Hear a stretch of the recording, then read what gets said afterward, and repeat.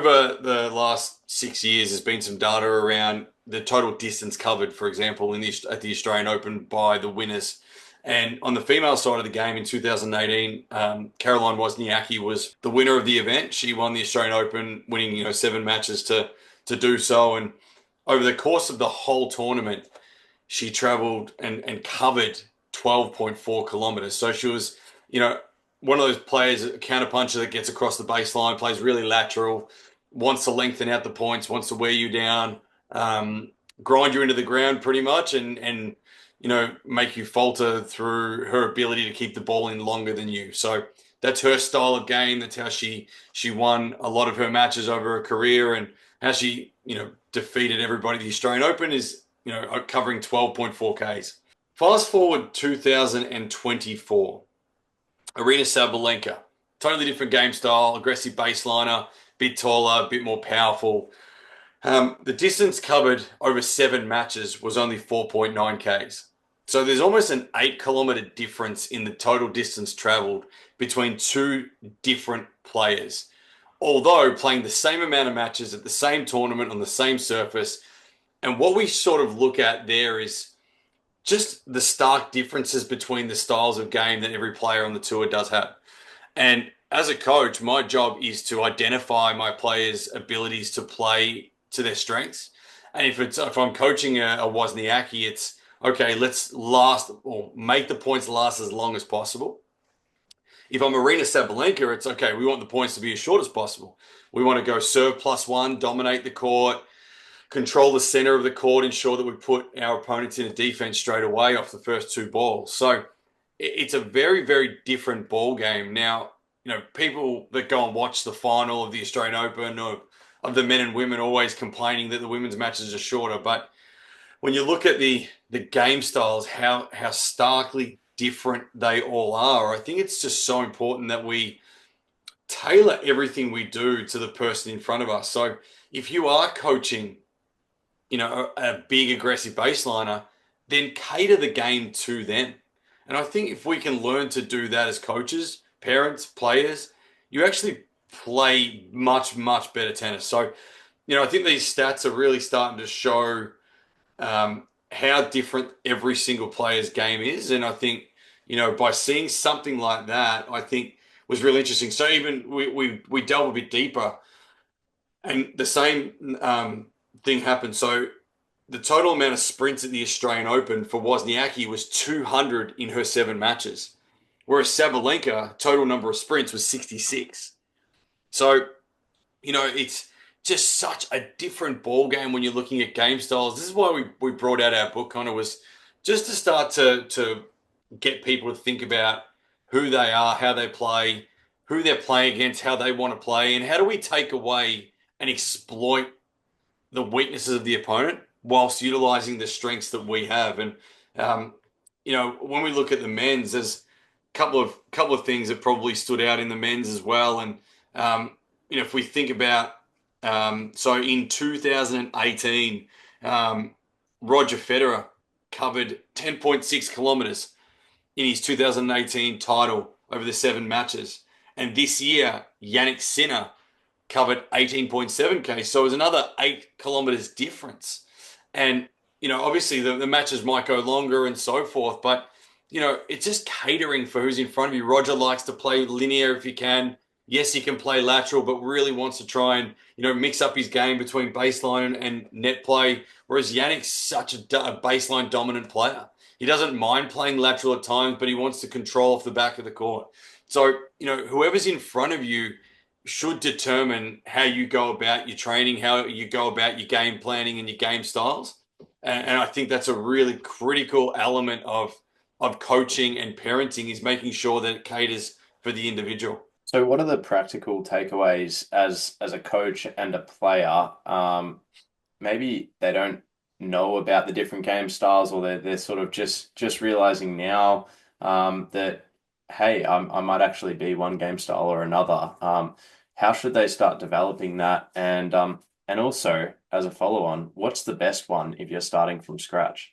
Yeah, it's a good question around the best one. I'll probably go to that first. And I think, this day and age, the game is so a variable, and you're playing in different environments, different players, different surfaces, and I think having an all court game is obviously pretty pivotal to being able to play on in any time of day, any surface, any environment. So I think that's for me the number one is being having that. And you look at Alcaraz and how Alcaraz has come onto the tour and what he's been able to do is actually phenomenal. Like, I mean, he's got such a good all court game. And I think I heard a quote from his coach, Juan Carlos Ferrero, and he talked about one of the things that really excited him about a young Alcaraz was the ability to play all styles of game.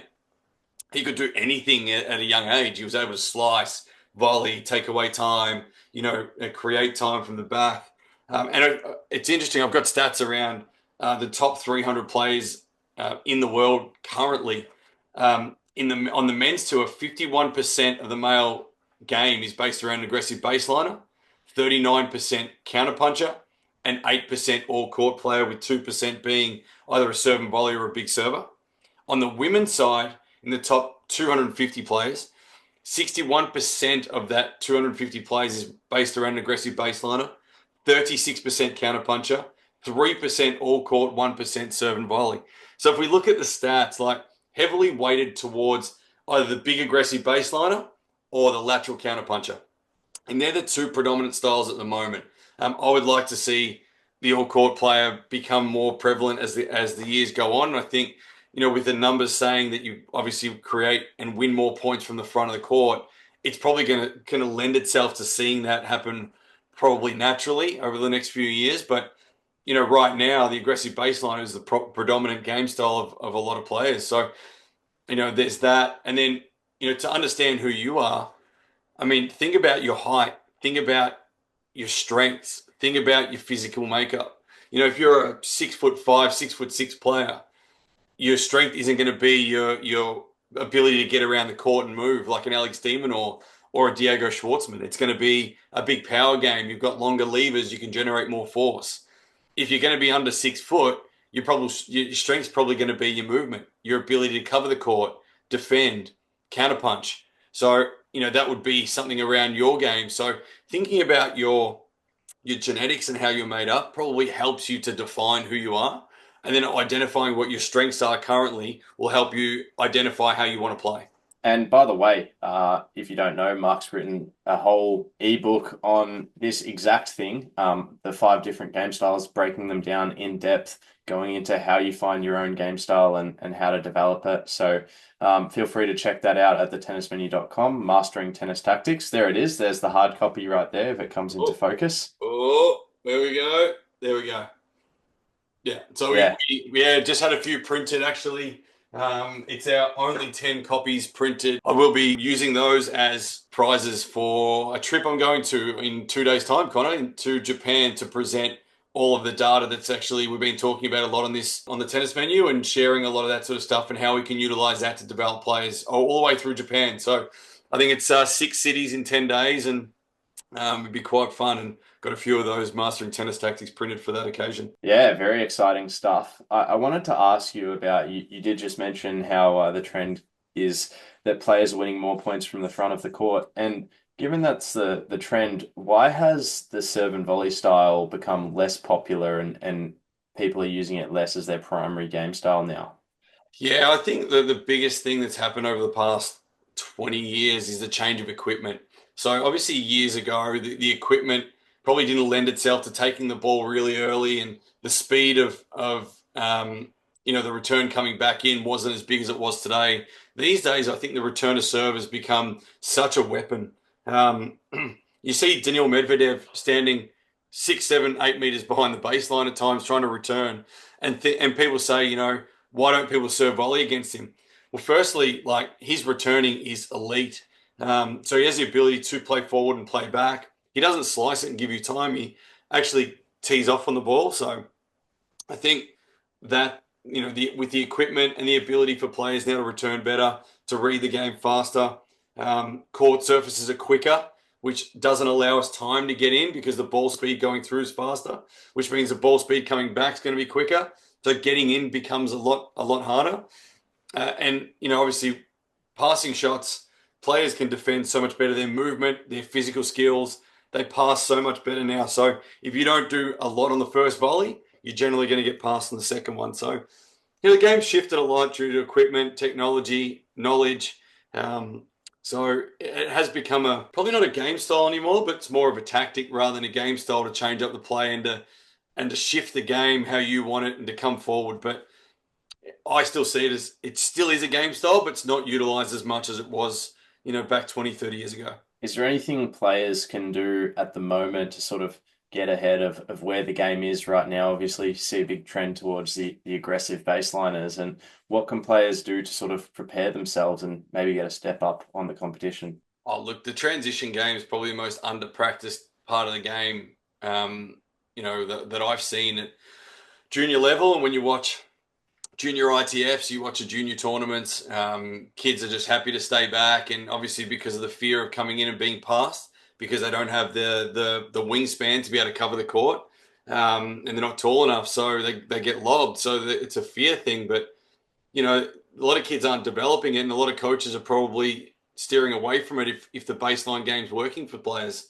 And I think, I'm big on the long term development and continuing to work on what's going to happen over the next 10 years of this player's career rather than the now. And unless you're working on it, it's not going to get any better, and the players are not going to get any more comfortable. So, it is a big part that isn't practiced a lot. So continue to practice it if you are a player out there, and coaches continue to teach your players, because I think it's, definitely something you need in your toolkit for sure. How much should players practice their own game style versus in an actual match, trying to counter what their opponent is doing? Yeah, I think the number one priority, and we always go by this at the tennis menu, is playing to your strengths first. So, you think about Nadal Djokovic, one of the greatest, sorry, Nadal Federer, one of the greatest rivalries of all time.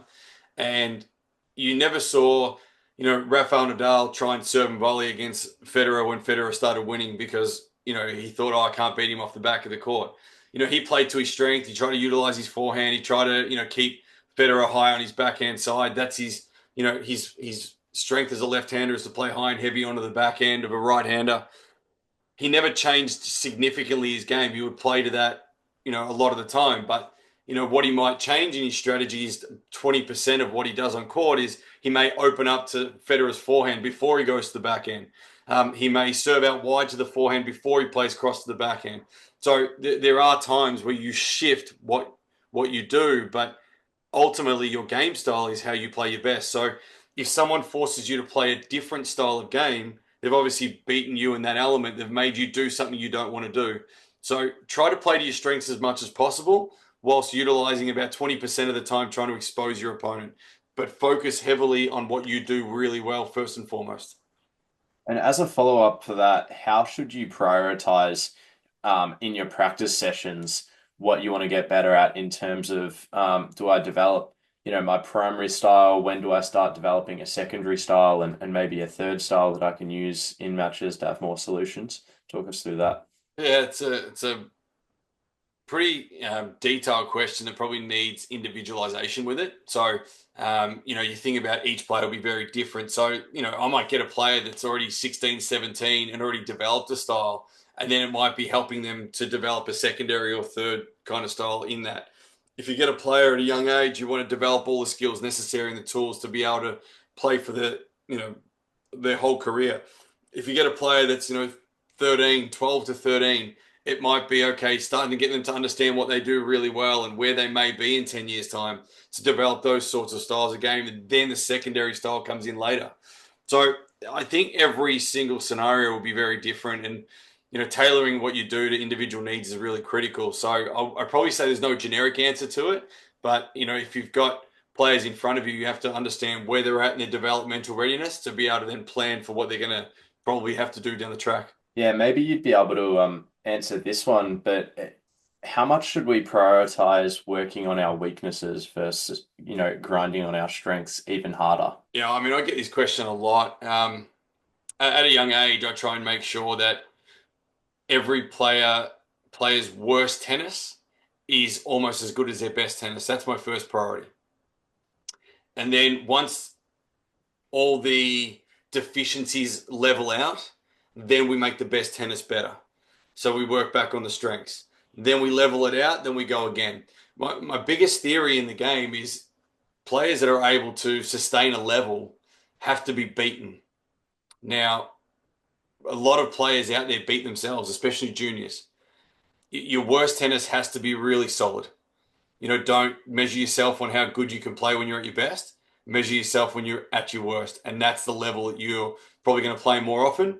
So I'd be working on, you know, leveling out my game, then improving my strengths, then leveling it out, then improving my strengths that way to continue to make someone's game as solid as possible. Yeah, I remember you always using Novak Djokovic as an example for that in terms of in a Grand Slam, you've got Novak over 5 sets, and obviously this year he's just starting to get a little bit older, but in the past it's so hard to beat him over 5 sets, right? Yeah. And to maintain the level to beat his tennis. Yeah.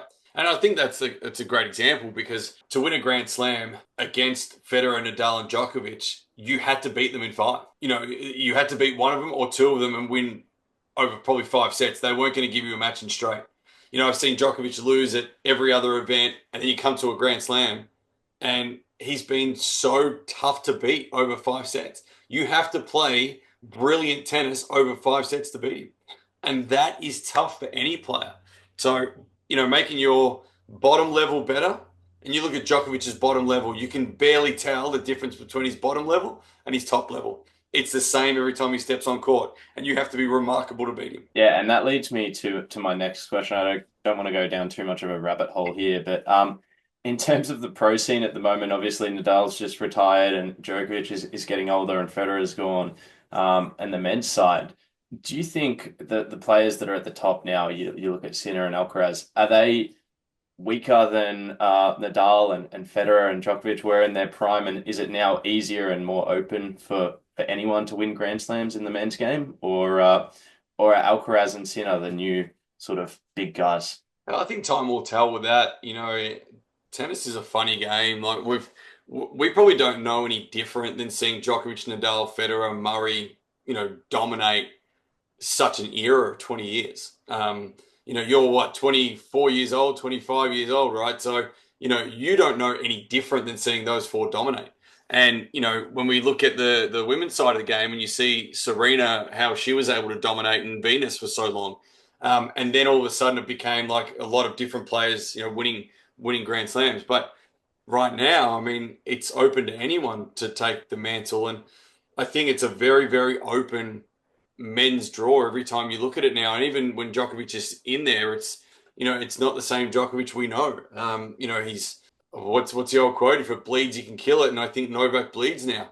And, I think the ability to beat him is not the same as it was 5 years ago, 4 or 5 years ago. So definitely is more open on the men's side. The women's side's become, a little bit one-sided. I think Sabalenka and, Rybakina and these sorts of players are dominating a little bit now. And it'd be interesting to see, out of Swiatek, Rybakina and Sabalenka, if anyone can really take the mantle off those three. I think they're playing some pretty good tennis. So, do we see a changing of the guard now in both levels? Maybe.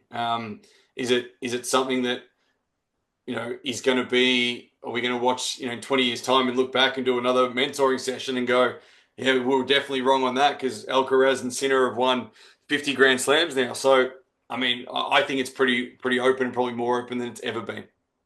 Yeah, so if you're a young ATP pro coming in right now, you're licking your lips compared to now compared to 10 years ago, even 5 years ago. Yeah, and you probably look back and go, if Djokovic, Nadal, Federer weren't playing the last 20 years, how many Grand Slams would all the other guys that we think were remarkable tennis players, the Stan Wawrinkas, the Andy Murrays, could have won so many more Grand Slams. They're just phenomenal tennis players that didn't have the success because those three were just so dominant. Yeah, absolutely. All right, let's get back on topic. Last one, we're almost out of time, but to wrap up today, what are the three biggest takeaways that you want people to take from this? I just think that everyone's individual.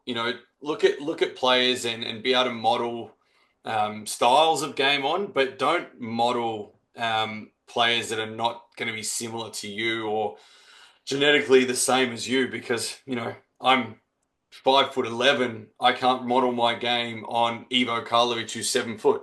So, I think I need to be realistic and say, okay, well, let's pick players that are genetically very similar, have a look at what their strengths are, what my strengths are, and maybe model my game on it. Don't copy it, but model my game on similar traits of ways that they play. Individualize everything you do. Everything you do should be based around what, your style of game or your genetics make you do. Make sure you work on similar things. Remember the Wozniacki versus Sabalenka stats of the distance covered. Understand that, if you're a counter puncher, you need to be physically conditioned to play long matches. If you're an aggressive baseliner, you're going to have to be more powerful to be able to penetrate the court. So always individualize your on-court, off-court training to suit your game style, and make sure that everything you do is based around you. If you're the player, it's based around you. As a coach, everyone is different. Base your thinking around the person that's in front of you, not generically and do the like a cookie cutter approach to everyone you coach. And that's the biggest no-no in coaching.